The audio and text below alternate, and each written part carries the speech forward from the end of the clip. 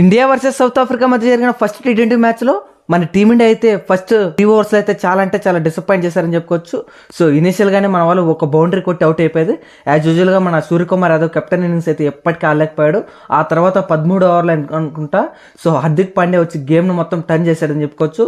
ఎలా ఆడాడంటే సో 2019లో ఎలా ముంబైకి ఆడేటాడో శాంసంగ్ వాలా పాండ్యా అలా అయితే ఆడాడని చెప్పుకోవచ్చు. కేవలం 25 బాల్స్లో హాఫ్ సెంచరీ కంప్లీట్ చేశాడు.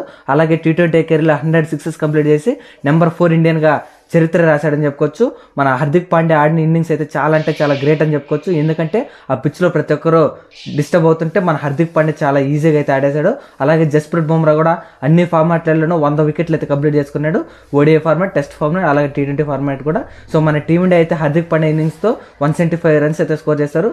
ఇక హార్దిక్ పాండ్యా ఆడిన ఆటతో సౌత్ ఆఫ్రికా అయితే భయపడిపోయి వాళ్ళు కేవలం 74 రన్స్కి ఆల్అౌట్ అయిపోయారని చెప్పుకోవచ్చు. అలాగే ఈ మ్యాచ్లో అదిరిపోయే పర్ఫార్మెన్స్ ఇచ్చిన హార్దిక్ పాండ్యాకి అయితే player of the match award ఇచ్చారు. సో మీరు కానీ మన ఛానల్ కొత్తగా వచ్చినట్లయితే మన ఛానల్ సబ్స్క్రైబ్ చేసుకోండి.